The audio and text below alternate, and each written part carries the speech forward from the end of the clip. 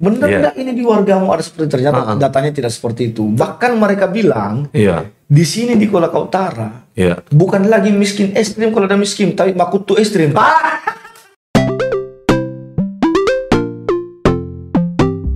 Halo, hari ini kita kedatangan tamu yang sangat luar biasa sekali.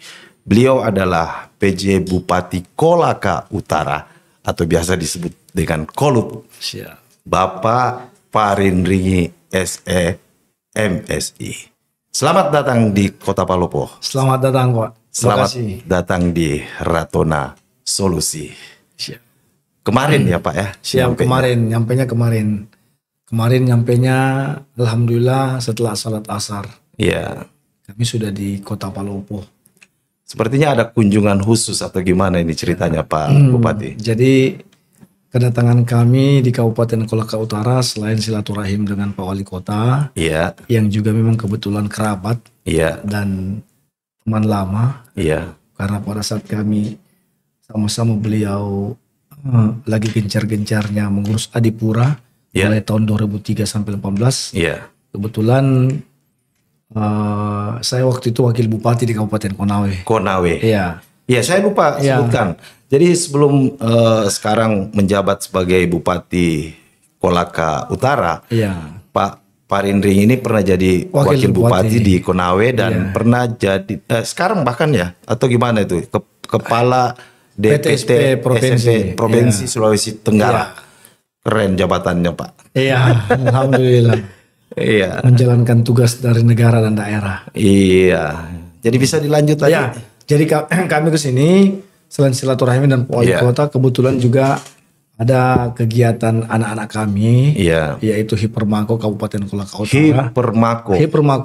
Hipermako adalah himpunan mahasiswa Kabupaten Kolaka Utara. Wah, luar biasa. Salut saya. Ini seorang bupati yang peduli dengan anak-anak muda. Karena mereka ini milenial sekarang ini. Aset kita. Benar. Jadi beliau datang ke rumah jabatan menyampaikan Pak pejabat bupati, kami rencana ada hajatan untuk membuat kegiatan pelantikan sekaligus rapat kerja. Saya sampaikan oke. Nanti cari jadwal, kita rame-rame ke sana. Beberapa OPD termasuk ketua DPR dan teman-teman DPR saya bawa. Minimal bisa melihat kondisi dan situasi anak-anak dan adik kami di sini. Dan juga nanti keluh kesah adik-adik bisa ditampung dengan teman-teman OPD dan teman-teman DPR. Dan alhamdulillah Kota Palopo menjadi salah satu kota destinasi pendidikan karena memang kita setelah Makassar Pak Bupati, Palopo ini nomor 2 jumlah perguruan tinggi yang ada di Sulawesi Selatan setelah Kota Makassar. Dan memang kalau kita lihat sangat banyak adik-adik kita dari Kolaka yang melanjutkan kuliah di Kota Palopo ini. Luar biasa Pak. Jadi kami dan rombongan kemarin tiba sore sampai dengan hari ini kami lihat perkembangan Kota Palopo selama dipimpin oleh orang tua Pak Judas ini sangat luar biasa. Kita lihat perkembangan kota yang begitu semakin padat, kan? Terus perguruan tinggi yang jumlahnya kurang lebih 14 universitas dan sekolah tinggi. Ini membuktikan bahwasannya komitmen dan konsistensi pemerintah kota ini sangat luar biasa. Dan itu dibuktikan. Jumlah masyarakat kami yang ada di sini untuk mengecap pendidikan itu Pak kurang lebih 1.000 lebih orang. Untuk mahasiswanya khusus Kabupaten Kolaka Utara itu dalam data yang ada di teman-teman Hipermako ini jumlahnya cukup banyak, 1.000 lebih Pak. Sehingga memang kalau kita lihat Kota Palopo ini memang sudah menjadi tujuan pendidikan. Khususnya kita yang ada di kawasan timur dan khusus lagi di wilayah Sulawesi. Di Sulawesi. Luar biasa Pak perkembangan Kota Palopo, sangat luar biasa. Terima kasih gitu. Sudah. Saatnya. Kan dari kemarin sudah keliling lihat gitu. Walaupun memang secara luasan kita tidak terlalu luasnya Kota Palopo, tetapi kota ini punya banyak kemampuan untuk menjadi daya tarik orang. Nah, salah satu itu adalah pendidikan. Perguruan tinggi kita di sini sudah ada 14 perguruan tinggi. Nah, selain itu Pak Bupati, ada lagi mungkin hal-hal yang mengesankan setelah lihat Palopo dari kemarin. Setelah kita lihat Palopo, begitu pusat perkembangan baik sisi pendidikan maupun ekonomi, karena itu otomatis kolaborasi kan.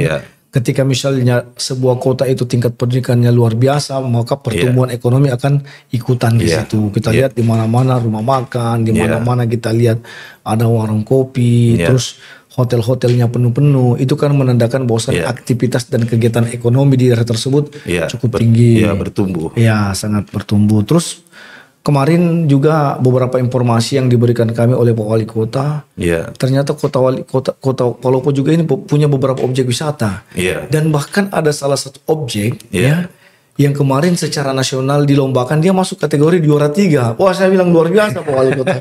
Dan beliau bilang lokasi yang menjadi juara 3 secara nasional itu kita cuma memperlihatkan view-nya laut, terus view-nya gunung, dan ditata sedemikian rupa oleh putra dan putri daerah yang ada di Kota Palopo. Benar. Cuman memang karena waktu kami yang sangat singkat, kami belum sempat ke situ. Tapi kami sampaikan ke Wali Kota, insya Allah dalam kurun waktu yang sesingkat-singkatnya, kami akan ke sini lagi untuk melihat apa yang beliau sampaikan, termasuk katanya ada sungai jodoh. Ada sungai jodoh.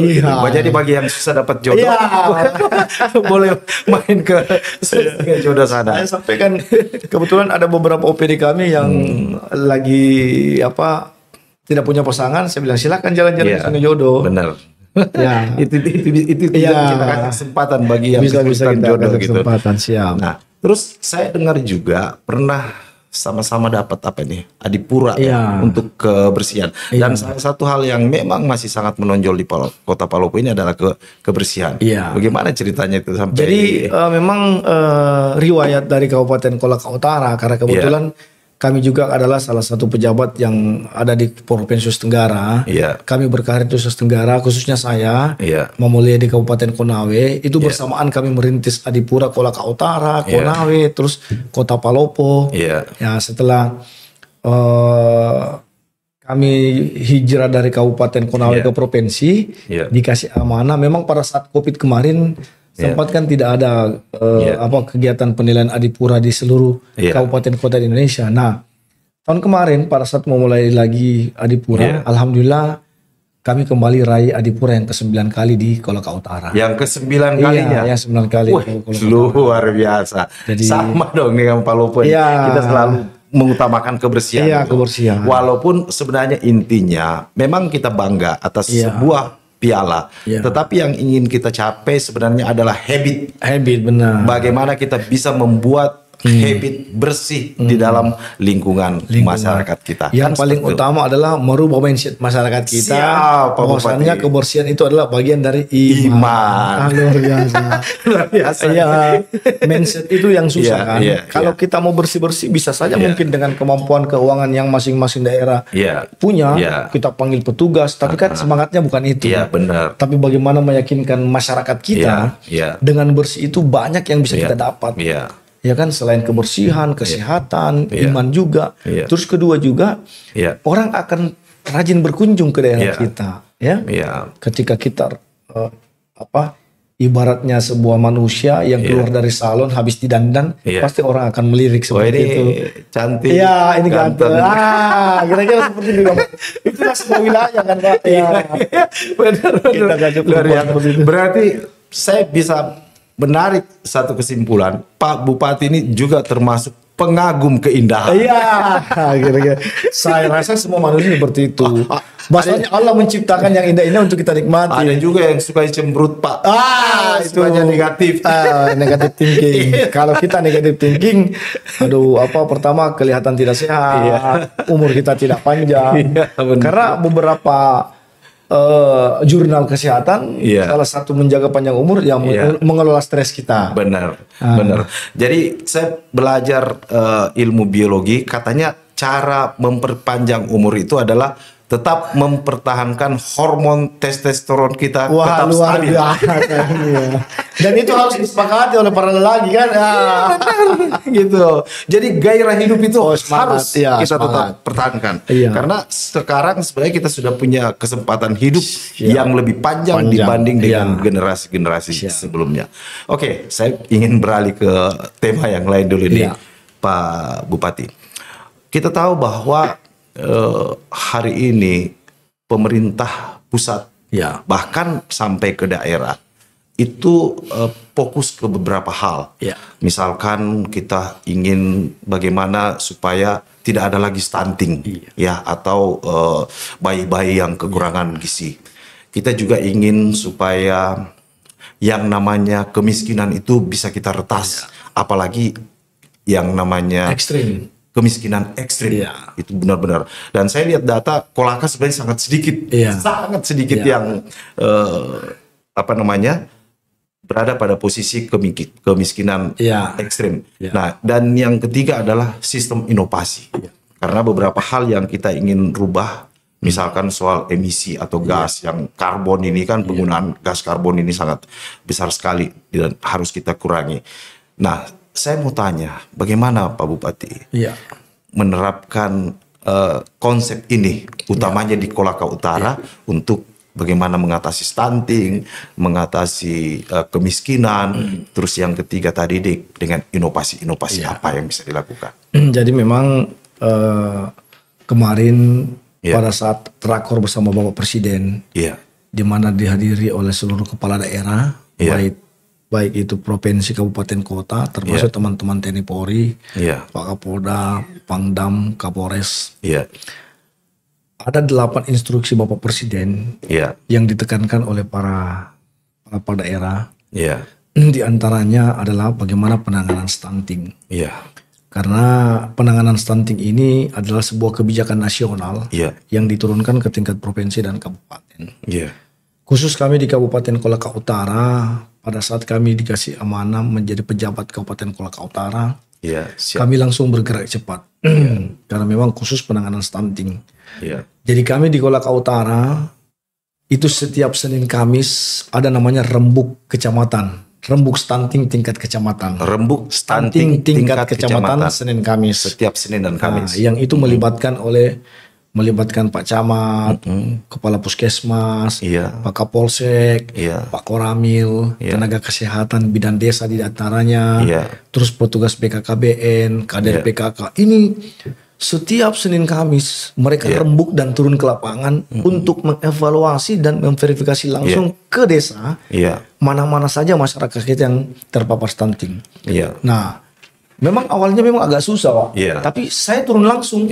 Jadi setiap Senin Kamis saya langsung keliling. Saya pasti bisa mengerti kesulitannya. Misalkan dari segi secara geografis Misalkan Kota Palopo ini kan sangat jelas sekali dengan lingkup yang tidak terlalu luas, tapi Kolaka Utara itu kan waduh. Kabupaten dari utara ke selatan, masih naik gunung lagi, dengan struktur geografis yang memang cukup agak ada beberapa yang ekstrim. Tetapi saya sampaikan kepada teman-teman, bahwasannya yang paling itu utama adalah komitmen. Komitmen kita barengi dengan semangat, tidak ada yang tidak bisa. Apalagi kita sebuah pemerintah, yang dimana pemerintah itu mempunyai anggaran walaupun tidak besar, tapi itulah yang kita maksimalkan. Akhirnya kita buat inovasi, Pak. Jadi yang kita sudah tracking terpapar stunting, setiap desa, itu diintervensi langsung oleh teman-teman OPD. Jadi saya bagi, Pak. Jadi misalnya kita ambil satu kecamatan jadikan pilot project. Dalam satu kecamatan dia ada 9 desa. Terus setiap desa sekian yang terpapar, saya bagi. Dinas kesehatan, kamu tanggung sekian. Jadi dia yang intervensi. Tetapi setiap Senin Kamis kita rembuk. Saya bahkan melibatkan teman-teman TNI Polri, Pak Kapolsek. Saya bilang, Komandan, secara psikologi masyarakat kita kalau teman-teman TNI Polri itu kan beda dengan kami yang sipil ini. Dan memang di lapangan kita dapatkan, Pak. Ada juga anak-anak balita atau bayi yang terpapar stunting bukan karena faktor ekonomi, tapi karena ketidakpahaman orang tua. Benar. Iya, karena saya tracking dan saya turun langsung Pak ke lapangannya. Saya tanya dan diskusi. Jadi memang kecenderungan ibu-ibu itu ketika anaknya sudah malas, dia tidak mau pusing lagi dengan gizi. Jadi benar. Dia kasih aja gula-gula yang penting bisa makan. Padahal dia orang kaya. Jadi sebenarnya anak-anak itu kan memang tidak gampang gitu lah. Gitu. Mau ngasih makan apa yang kita anggap ini gizi dan lain sebagainya. Tapi mungkin bagi dia bukan satu selera itu. Jadi selera yang paling pas kalau anak-anak itu ketika ditanya kemauannya kan pasti permen, coklat, makanan ringan kan. Padahal kurang apa ya? Saya cerita tadi bahwa yang namanya Kolaka Utara itu luar biasa kaya, mulai dari laut sampai ke darat gitu. Jadi kekayaan laut sampai kekayaan apa nih, tambang apa segala macam itu ada semua kan di sana gitu. Nah, jadi kalau misalkan kita mau mengatasi stunting, ini sebenarnya sangat memungkinkan kita lakukan. Tinggal tadi pendataannya itu yang harus benar-benar kita lakukan. Kerjasama semua pihak. Jadi kami di sana Pak, selain inovasi yang sudah terpapar, memang juga kita ada edukasi. Pada saat mau pernikahan, kita kerjasama dengan Kementerian Agama, ya kan? Gimana itu Pak Bupati? Di Kolaka Utara. Jadi maksudnya gimana modelnya? Model kerjasama dengan Kementerian Agama, misalnya ada yang mau menikah belum cukup umur. Jangan kita tindak lanjuti. Nah benar. Itu juga jadi di kampung banyak seperti itu. Baru umur 16 tahun, 15 tahun udah pernikahan dini. Iya, benar. Secara biologis memang tubuhnya belum cukup untuk bisa dibuahi. Terus akhirnya bisa jadi stunting. Terus kedua juga karena ini masih anak-anak belum paham apa suplemen yang harus dia makan, gizi apa yang harus membuahi untuk janin di dalam. Begitu lahir stunting lah dia. Itu kita kerjasama dengan Kementerian. Kita sudah buat MOU Pak. Nah, itu cara-cara untuk mengatasi. Sepakat saya itu Pak. Tapi kalau penanganan, ya itu tadi kita turun ke lapangan, kita tracking, terus ada juga yang kita dapat stunting, dia ternyata orang mampu, kita sampaikan ke ibunya, tolong jangan dibiarkan. Kita edukasi setiap hari, kita datang kasih makan ini, kasih makan ini. Alhamdulillah ada beberapa kecamatan memang yang sudah mengalami penurunan yang cukup signifikan. Bahkan kami Kabupaten Kolaka Utara tahun kemarin turun 4% Pak. Mudah-mudahan kita bisa target nasional untuk stunting kan itu 14% secara nasional kan. Kalau Kolaka Utara sendiri sudah? Kita dari 29 sekarang sudah 25%. Oh berarti sudah ada penurunan. Ada 4%. Dan target kita tahun depan mudah-mudahan bisa turun 4 sampai dengan 10% dengan gerakan yang kita lakukan. Dan memang selama ini belum ada gerakan seperti ini Pak. Jadi saya cek, jadi saya jam 10 saya keliling kecamatan. Ada enggak kegiatan. Bahkan untuk bulan Posyandu, selain kita lakukan di Posyandu, kita keliling Pak.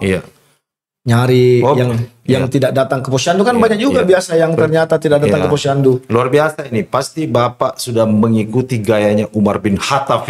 Kita datang Pak, saya datang sendiri. Jadi tracking terus kemarin kami dalam Pasekda. Ya sudahlah, kita kasih reward. Siapa yang ranking 1 stunting di tahun ini tiap kecamatan. Nah, kita nanti janji bawa umroh dengan kepala puskesmasnya. Yang bisa mengatasi persoalan stunting. Kita dapat kasih reward. Rewardnya antara lainnya kita kasih umroh, camat dan kapusnya. Camat sama kapus kita kasih reward untuk umroh. Siapa yang ranking 1 untuk menghilangkan ini. Luar biasa. Itu bagian reward karena harus reward. Dan saya anggap itu sebagai bagian dari inovasi. Inovasi. Ya kan orang kan selama ini apalagi kalau berpikir di dalam struktur birokrasi sangat susah Pak. Sangat susah. Banyak yang belum bisa keluar dari pakem, thinking out of the box. Benar. Kalau melakukan terobosan-terobosan seperti itu saya pikir sangat luar biasa. Kita juga mensugesti perangkat kita karena begitu kami masuk Pak, kami sebagai pejabat bupati membuat tagline. Jadi memang kebetulan gayung bersambut, kami kan sebagai kepala dinas SP provinsi yang memang menangani masalah investasi. Jadi memang begitu kami di provinsi itu, setiap investasi khususnya untuk pembangunan smelter itu kita arahkan ke Kolaka Utara. Karena memang Kolaka Utara mempunyai sumber bahan baku yang cukup banyak. Terus secara geografis memang dia langsung ke laut sehingga kita giring ke situ. Nah gayung bersambut sehingga setiap sekarang ada investor yang masuk, makanya sementara dalam penjajakan pembuatan smelter. Makanya kami punya slogan sekarang Pak. Sambut investasi, kita raih prestasi. Nah benar, tapi ingat bahwa investasi apapun sebagai pemegang kebijakan, tentu yang menjadi pemikiran utama kita adalah rakyat atau masyarakat. Gitu. Karena itu adalah boleh dibilang sebenarnya karunia alam yang diberikan kepada kita untuk bersama, harus kita nikmati juga. Bukan sekedar ada investasi yang masuk, tetapi yang di dalam kurang atau tidak menikmati. Makanya kenapa kami cenderung ke smelter industri? Karena yang pertama penyerapan tenaga kerja. Benar. Terus kedua PAD daerah itu sendiri. Dan ketiga perputaran ekonomi. Karena kita melihat Pak, di Kabupaten Kolaka Utara sekarang itu hampir tiap hari kapal keluar. Tapi itu kan tidak ada dampak ke daerah Pak. Nah ini yang saya maksud tadi. Itu maksudnya kalau cuma PNBP kita dapat PNBP. Tapi penerimaan PNBP, kita perjelas supaya penerimaan negara bukan pajak dan dikasih akhir tahun. Itu pun namanya bagi hasil. Kalau dia industri, otomatis dia butuh tenaga kerja sampai puluhan ribu Pak. Benar. Terus kedua, setiap berapa produksi setiap bulan kita hitung itu akan menjadi penerimaan asli daerah buat kita. Nah itu karena apa? Ini kan juga jadi soal ini. Sorry Pak Bupati, saya potong dulu.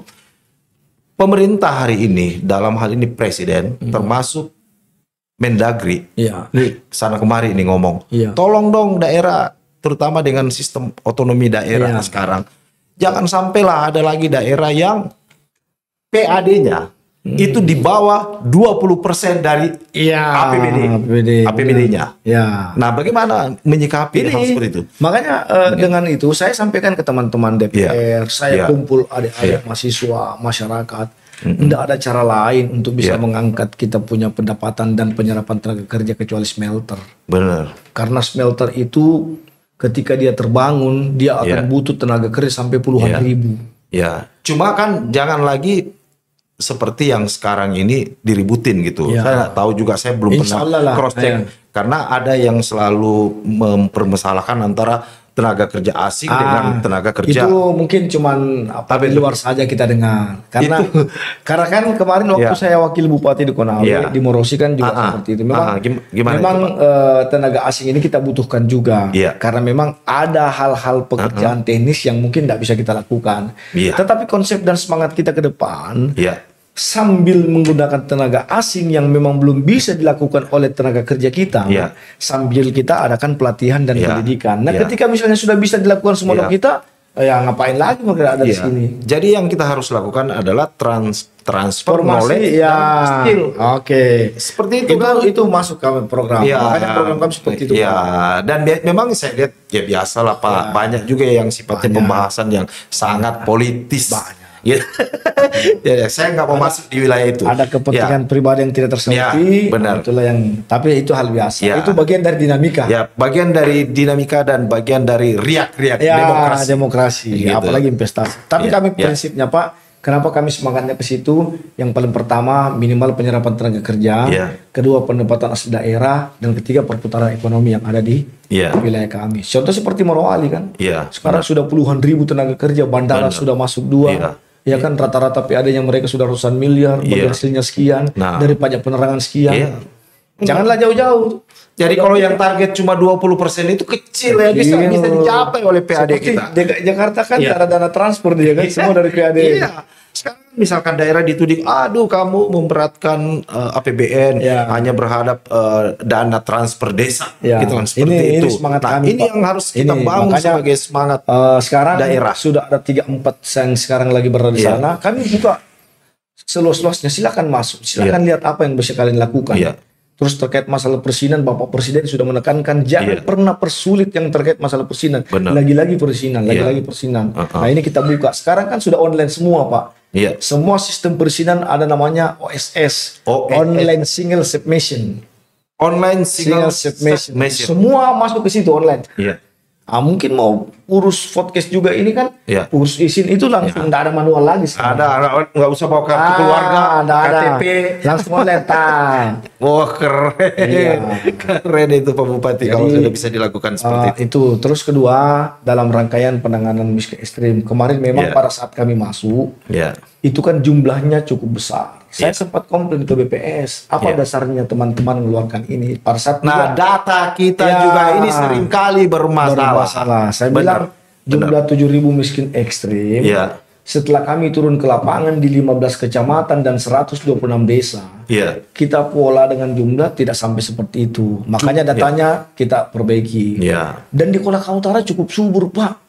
Tongkat saja kita tanam, tongkat tumbuh Pak. Dan itulah yang membuat banyak orang lugu ke sana. Semua kan keluarga lugu di sana, keluarga Bugis, Bosu ada semua gitu, dari Bugis, Luwu, Makassar, Toraja kan ngumpul. Jadi luas di sana. Jadi saya data sudah diperbaiki, bahkan kita panggil desa, panggil seluruh camat. Benar enggak ini di wargamu ada seperti ternyata datanya tidak seperti itu. Bahkan mereka bilang di sini di Kolaka Utara bukan lagi miskin ekstrim kalau ada miskin, tapi makutu ekstrim. Kalau istilah kita orang Melayu itu makutu ekstrim. Mungkin teman-teman makutu itu apa? Malas ekstrim. Tahu orang Palopo makutu. Makutu ekstrim. Makutu ekstrim. Karena tanahnya lapang, benar. subur. Ya kan? Kita makan saja pepaya terus kita buang, tumbuh dia. Tumbuh gitu. Pokoknya habis makan apapun kita buang. Ini bahkan lagu Kus Plus itu. Tongkat dan kayu, itu makanya jadi tanaman ini bukan lautan, jadi hanya kolam susu. Pempati salah satu hal yang kita mesti pasti, jadi bukan cuma stunting, bukan kebodohan, kemiskinan, tapi kakutuan. Jadi kami kakutuan ini. Mohon maaf Pak, bukan kami bermaksud ria. Jadi setiap Senin kemarin saya rapat Pak, saya lihat kok jumlahnya cukup besar. Dan di Kolaka Utara itu alhamdulillah rata-rata rumah kita itu sudah representatif Pak. Kalau ataupun masalah jamban paling itu di rumah kebun, tapi rumah tinggal nanti kapan-kapan jalan Kolaka Utara mulai dari nanti sekali nanti ke sana mau coba itu lautnya. Nanti ada spotnya itu kan. Siap. Kita kumpul Pak, kumpul mulai dari Pak Desa, kumpul Pak Camat, saya datang camat, mana wargamu ekstrim? Tidak ada. Bahkan sebagian teman bilang, Pak di sini kalau ada yang miskin, bukan miskin ekstrim aja, tapi apa? Makutu ekstrim. Makutu ekstrim. Kita buka saja lahan 2 hektar, kita tanam lombok, tanam tomat, itu kita konsisten di situ. Kalau tiap minggu kalau cuma uang 1-2 juta pasti dapat. Benar. Tapi kalau susah kalau makutu ekstrim. Makanya di sana Pak, orang yang ulet datang di Kolaka Utara pasti berhasil. Rata-rata yang bisa cepat berhasil itu adalah mereka yang merantau. Mereka ulet gitu. Makanya kita sekarang untuk scheme terus kalau terkait masalah inovasi tadi stunting inovasinya seperti itu. Kami juga kemarin dapat top 30 Pak dari top 30. Kemenpan RB terkait masalah Dukcapil. Jadi kita ada namanya Silaku. Jadi Silaku 2 itu semua pelayanan itu untuk terkait masalah KTP apa itu kita lagi sudah online dan kita datangi Pak. Jadi kita tidak ada lagi datang ke kantor. Semua kakaknya, kartu KTP-nya langsung kita. Jadi kita dapat penghargaan dari Kemenpan RB kemarin terkait masalah inovasi. Dan juga inovasinya apa itu bucil, ibu hamil dan ini kita datangi rumahnya. Luar biasa. Benar, sama dengan Palopo ya. Semua orang sakit tidak boleh tidak ditangani. Tidak seperti itu yang kita lakukan. Makanya di samping BPJS ada juga yang namanya UHC. Itu dibiayai oleh APBD. Dan alhamdulillah Pak, kami kemarin Kabupaten Kolaka Utara sudah masuk dalam klasifikasi UHC juga. UHC juga dapat penghargaan kita kemarin. Wah, keren. Artinya Kolaka Utara sudah masuk dalam kota sehat. UHC kan. Kita dapat kemarin alhamdulillah. Salut saya. Tidak terasa ini kita ngobrol. Sementara perjalanan. Oke. Satu pertanyaan terakhir sebelum kita akhiri obrolan kita. Apa program unggulan ke depan dari Pak Bupati yang ingin lebih diperlihatkan di Kolaka Utara? Jadi kita dalam waktu yang singkat ini kita tetap fokus di smelter. Karena memang selain juga selaku pejabat, kami juga selaku Kadis PT Profesi yang paling utama program kami sekarang adalah bagaimana membuat smelter industri sehingga bisa menyerap tenaga kerja sebanyak-banyaknya, peningkatan PAD sebesar-besarnya. Dan kesejahteraan ekonomi untuk Kabupaten Kolaka Utara. Mantap. Saya doakan semoga apapun yang menjadi program unggulan Pak Bupati bisa terwujud. Dan terutama saya juga doakan semoga tetap sehat dan semangat. Amin. Sama dengan ucapan yang sama. Amin. Terima kasih. Oke.